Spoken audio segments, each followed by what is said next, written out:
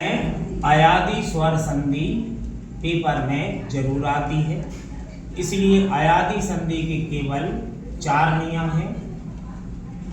सबसे पहला नियम है ए और आ, ये दोनों मिलकर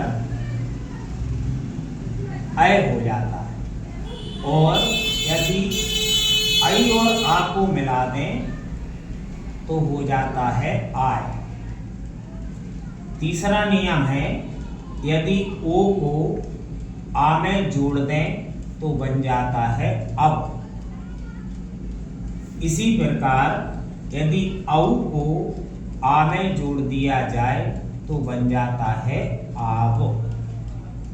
अब पहला नियम है आय के लिए, तो संस्कृत में ज्यादातर संधि विच्छेद करने के लिए अयादी स्वर संधि जरूर आती है।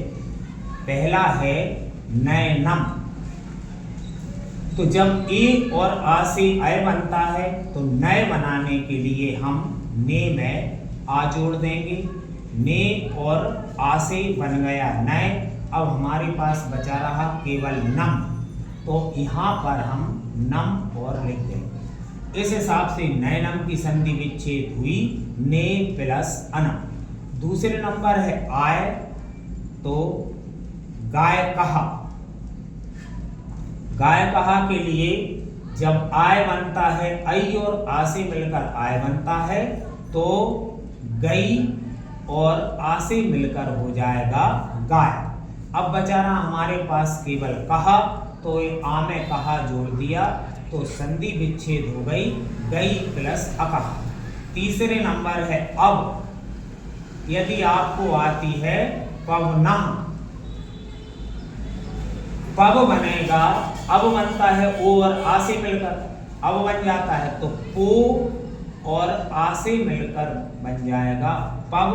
अब बचा रहा नहा, तो हमने यहाँ पर लगा दिया नहा, तो पवन की संधि विच्छेद गई पो प्लस अना। अब चौथे नंबर है आब। आब के लिए हम लिखेंगे पाव कहा।